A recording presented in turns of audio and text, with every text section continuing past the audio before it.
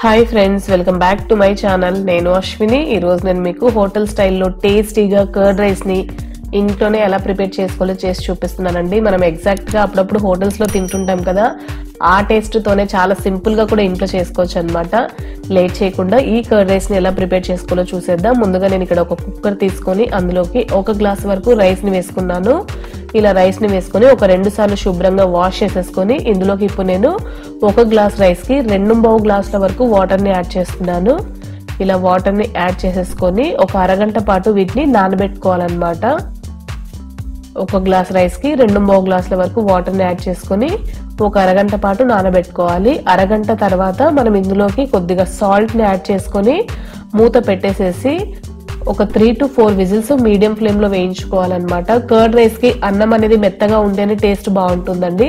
పొడి పొడిగా ఉండేదానికంటే కూడా మెత్తగా ఉడికితేనే టేస్ట్ అనేది బాగుంటుందన్నమాట. సో ఇలా ఒక 3 విజిల్స్ మీడియం ఫ్లేమ్ లో వేయించుకున్న తర్వాత చూస్తున్నారు కదా, మనకు అన్నం అనేది మెత్తగా ఉడికిపోయింది. ఇప్పుడు నేను ఒకసారి ఇలా మెదిపేసుకొని ఒక బౌల్లోకి సర్వ్ చేస్తున్నాను. సో మీరు చిక్కటి పెరుగును వాడుకుంటే టేస్ట్ అనేది బాగుంటుంది అనమాట. ఇలా అన్నంని వేసేసుకొని ఇందులోకి 1/2 లీటర్ వరకు కమ్మటి పెరుగును వేస్తున్నాను నేను. సో పుల్లటి పెరుగు వాడకూడదండి. సో కమ్మటి పెరుగు అయితేనే టేస్ట్ అనేది బాగుంటుంది.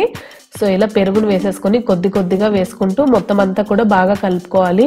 మీరు పెరుగు యాడ్ చేసినప్పుడు అన్నం అనేది మరి చల్లగా అయిపోకుండా గోరువెచ్చగా ఉన్నప్పుడు మీరు ఈ పెరుగు అనేది యాడ్ చేసుకొని కలుపుకోండి. టేస్ట్ సూపర్ గా ఉంటుంది అనమాట.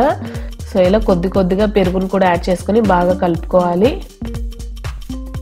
మీరు మీ క్వాంటిటీస్ ని బేస్ చేసుకొని రైస్ పెరుగు అనేది అడ్జస్ట్ చేసుకోండి.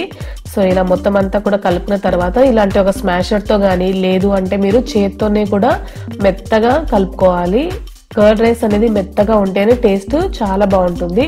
అండ్ నేను ఇక్కడ 1/2 టీ స్పూన్ వరకు సాల్ట్ ని కూడా యాడ్ చేసుకొని బాగా కలుపుకొని మళ్ళీ కొద్దిగా వాటర్ ని యాడ్ చేసుకొని కన్సిస్టెన్సీ అనేది చెక్ చేసుకోవాలన్నమాట. మీకు ఇంకొద్దిగా సాల్ట్ ఏమైనా తక్కువ అనిపిస్తే ఇంకొద్దిగా సాల్ట్ కూడా యాడ్ చేసుకోవచ్చు.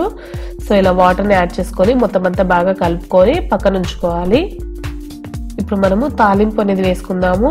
ఒక చిన్న కడాయి పెట్టుకుని అందులోకి ఒక 2 స్పూన్స్ వరకు ఆయిల్ వేస్తున్నాను. ఆయిల్ బాగా హీట్ అయిన తర్వాత 1 స్పూన్ మినపప్పు, 1/2 టీ స్పూన్ శనగపప్పు, 1/4 టీ స్పూన్ ఆవాలు, ఒక 5-6 మిరియాలని వేసుకొని ఒకసారి కలుపుకుంటున్నాను అనమాట. అండ్ కొద్దిగా జీలకర్రని వేస్తున్నాను. ఆవాలు ఎక్కువ ఉంటేనే బాగుంటుందండి జీలకర్ర కంటే కూడా. సో ఇలా ఇవి కొద్దిగా వేగిన తర్వాత 1 మజ్జిమిరపకాయని వేస్తున్నా నేను. మీరు ఎండుమిర్చి కూడా వాడుకోవచ్చు, బట్ మజ్జిమిరపకాయ వేస్తే టేస్ట్ అనేది చాలా బాగుంటుంది.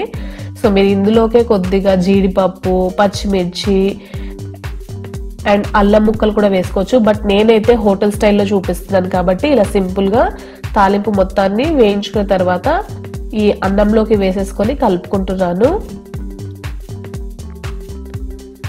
సో ఇలా మొత్తం అంతా కూడా కలిపేసుకున్న తర్వాత బౌల్లోకి సర్వ్ చేస్తున్నాను. సో చాలా బాగుంటుందండి. పిల్లల కాడ నుంచి పెద్దవాళ్ళ వరకు చాలా బాగా ఇష్టంగా తింటారనమాట. మనం నాన్ వెజ్ ఐటమ్స్ తిన్నప్పుడు కర్డ్ రైస్ ప్రిఫర్ చేస్తాం కదా.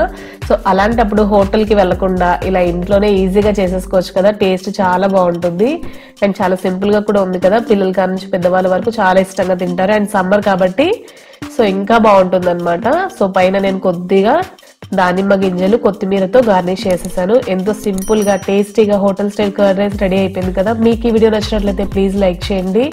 మీరు మన ఛానల్ ని ఫస్ట్ టైం కనుక చూస్తున్నట్లయితే సబ్స్క్రైబ్ చేయడం మాత్రం అస్సలు మర్చిపోకండి. చూస్తున్నారు కదా, ఎంతో సింపుల్ గా టేస్టీ కర్డ్ రైస్ అనేది హోటల్ స్టైల్లోనే ఇంట్లోనే ప్రిపేర్ చేసేసాము. మీకు ఈ వీడియో నచ్చినట్లయితే లైక్ చేయండి, షేర్ చేయండి, సబ్స్క్రైబ్ చేయడం మాత్రం అస్సలు మర్చిపోకండి. Thank you.